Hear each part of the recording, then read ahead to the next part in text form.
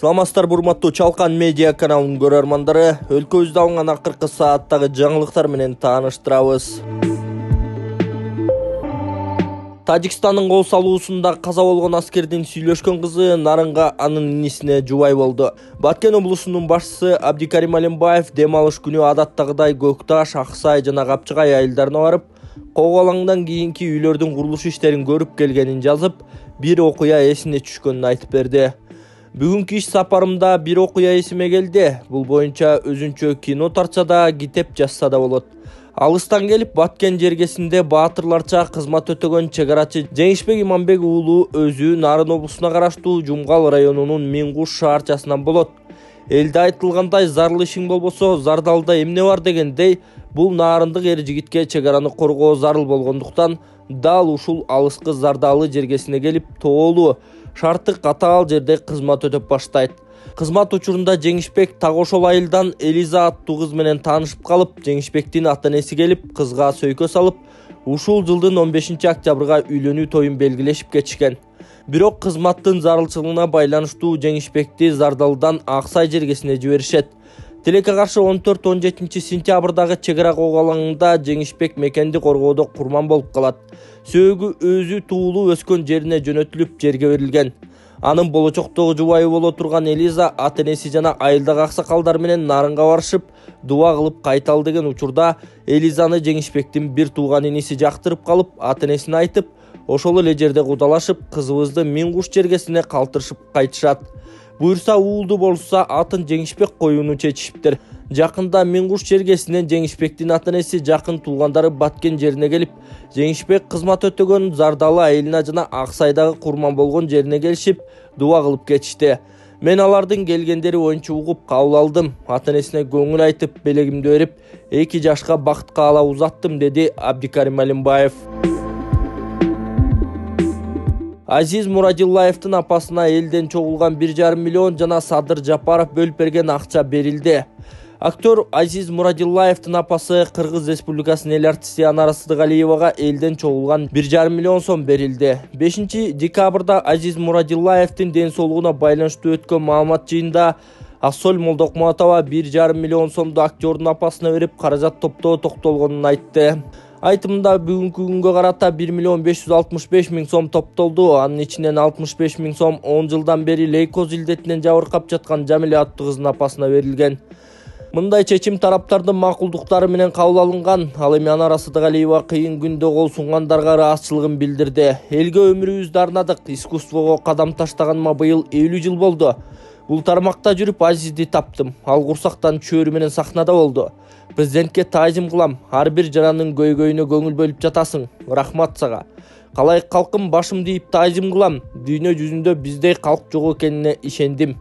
Баарыңарга тизе бүгүп таазим кылам. Эч кимдин баласы оорубасын деп көзүнө жаш алды Сыдыгалиева. Эске салсак, мындан тышкары өлкө башчысы Садыр Жапаров актер Азиз Мурадиллаевке 42 миң доллар жардам берди. Молдокматова президентке кайрылган. 2 сааттан кийин Жапаров жардамчысынан 42 миң доллар берип жибергени маалым болгон. Биринчилерден болуп, ар бир жарандын көйгөйүнө көңүл бөлүп атасың. Кыргыз болуп төрөлгөнүмө суктанам дагы. Ушунчалык элге баш ийем. Аман болуңуздар. Мындай дүйнө жүзүндө биздей калк жок экен деп мен ошого ишендим. Акырына чейин мен ошону тактадым. Баарыңарга таазим. Кагылайын журтум, кыргызым. Башка жерде жүрсөңөр дагы, башка элде жүрсөңөр дагы, жүрөгүңөрдүн баары кыргыз деп, бири-бирибиз деп согот экен. Рахмат, таазим. Мен эч качан кайгырбайм. Өмүрүмдү эл үчүн арнаганым үчүн. Анан кийин айтарым, дайыма ушундай, ушуңардан жазбагыла, кыргыз элим. Баарыңар бата кылып атасыңар, Кудайдан сурап атасыңар. Баарыңарга тизе бүгүп таазим кылам. Жакында патент алабыз. Кыргызстанда колго трактор жасап чыгышты. Кыргызстанда колго көп функционалдуу трактор жасап чыгышты. Бул тууралуу Дастан Абдрахманов жазып чыкты. Ал трактор аткара ала турган көп тармактуу функцияларын да санап берген. Чөп чапчы косилка, трактордун алдынан чачпай ортого жыйнап чабат.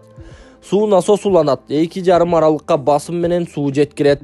Генератор уланат, 15 киловатт ток чыгарып берет. Дробилка уланат, малга жем кашек майдалап берсе болот, отун жарып майдалап берет. Почва фреза уланат, айдалган жерди ундай жумшак кылып чаап берет.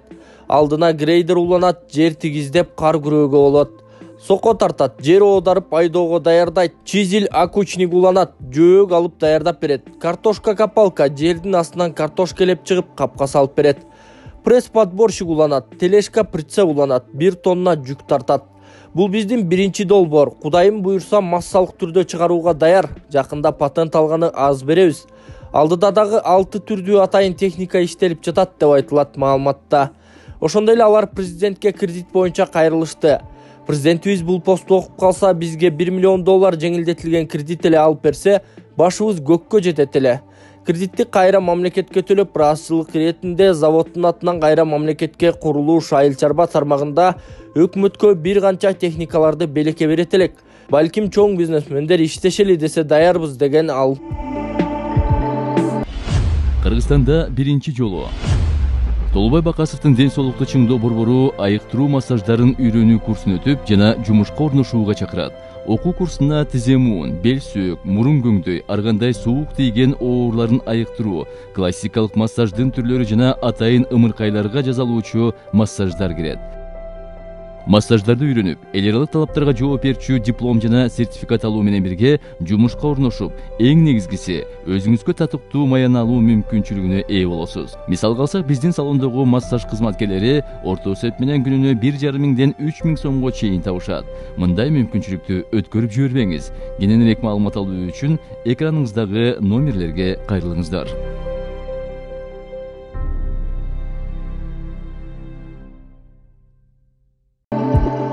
Балбак Төлөбаев айыл чарба министрлигине кайрылып, дыйкандарга мөөнөт өтүп кеткен селитра сатпоону айтты. Ынтымак фракциясынан эл өкүлү болуп шайланган Балбак Төлөбаев Жогорку Кеңештин 5 декабрда өткөн агрардык саясат, суу ресурстары, экология жана регионалдык өнүктүрүү боюнча комитеттин жыйынында айыл чарба министрлигинин өкүлдөрүнө кайрылуу кылып, министрлик дыйкандарга мөөнөт өтүп кеткен селитраларды сатпоону талап кылды. Мамлекеттин бизнес менен алектенүүсүнүн зыяны 100 миллион сом. Мамлекет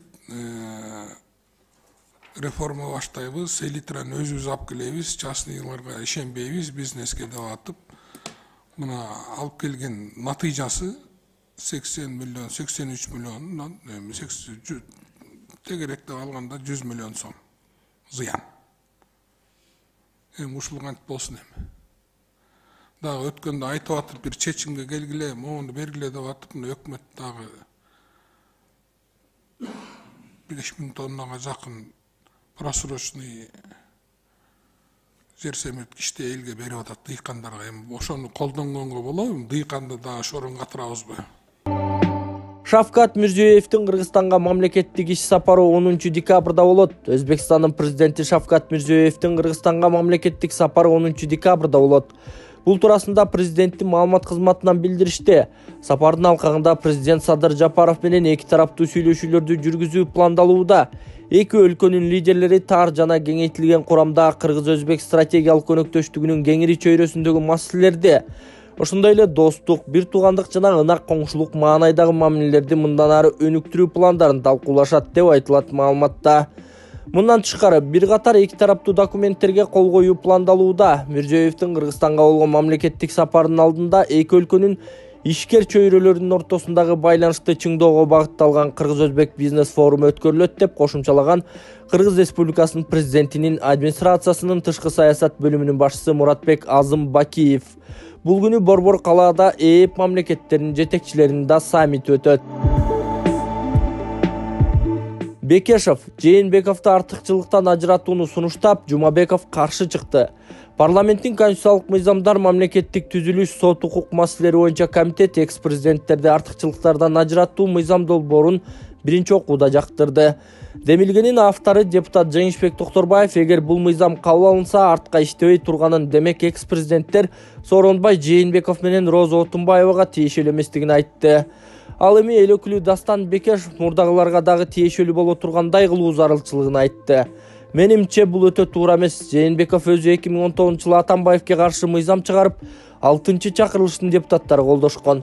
Президенттин аппаратынан депутаттарга басым болгон, ар кандай сөздөрү менен кысымга алышкан. Жашоо бумеранг деп коет го. Эми анын өзү дагы көрсүн. Башка президенттерге да сабак болот. Эгер андай кылбасак Садыр Жапаровго тиешелүү болуп калабы? Бул мыйзамды милдеттүү түрдө артка иштей тургандай кылыш керек деп ойлойм. Жээнбеков октябрда кетип жатканда экс-президент статусун сактап калуу шартын койгон окшойт. Садыр Жапаров эч кимден милдеттеме албашы керек. Ал эл тарабынан шайланган. Президенттин эч кимге карызы жок. Эгер ушундай шартка макулдашса дагы коркпой туруп алып салышыбыз абзел, деди Бекешев. Токторбаев муну 100% колдой турганын, өзү дагы ошондой болушун каалап жатканын, эгер мыйзамга дал келүүчү сунуштары болсо биргеликте иштеп чыгууга даярдыгын айтты. Ал эми Нурланбек Азыгалиев президенттиктен кеткенден 5 жылдан кийин экс макамдан ажыраттууну сунуштады эле мурдагы төрага учурдагы депутат Дастан Жумабеков айтылып жаткан демилгелер орунсуз экенин билдирген. Путин Садыр Жапаровду туулган күнү менен куттуктады. Орусиянын президенти Владимир Путин мамлекет башчы Садыр Жапаровду туулган күнү менен куттуктады. Бул тууралуу президенттин маалымат кызматынан билдиришти. Россия өлкөлөрүбүздүн ортосундагы союздаштык жана стратегиялык өнөктөштүк мамилелерди өнүктүрүү, Евразиялык мейкиндиктеги интеграциялык процесстерди алдыга жылдыруу, ошондой эле КМШ, ЖКУ жана ШКУ алкагындагы өз ара аракеттенүү боюнча аракеттериңизди жогору баалайбыз деп айтылат куттуктоо телеграммасында. Россиялык лидер Россия менен Кыргызстан элдеринин жыргалчылыгы үчүн эки тараптуу жана актуалдуу маселелер боюнча диалогтун жана биргелешкен иштин улана беришине ишенерин айткан. Ал ошондой эле президент Садыр Жапаровго чын ден соолук, бакубатчылык жана мамлекеттик ишмердигинде ийгиликтерди каалады. Эскерте кетсек, Кыргызстандын президенти бүгүн 54 жашка толду. Кант менен Кара Балтада заводдор курулат. Туркиялык инвесторлор Кант жана Кара Балта шаарларында жаңы заводдорду курат. Бул тууралуу министрлер кабинетинен билдиришти. Маалыматка ылайык, туркиялык ишкерлер Кара Балта шаарына таштандыны кайра иштетүүчү заводун, ал эми Кант шаарында асфальт жана пластик тетиктерин өндүрүүчү завод курууну пландаштырып жатат. Министрлер кабинети инвесторлор ар бир долбоорго 5 жана 25 миллион долларга чейин сарптай тургандыгын билдиришкен.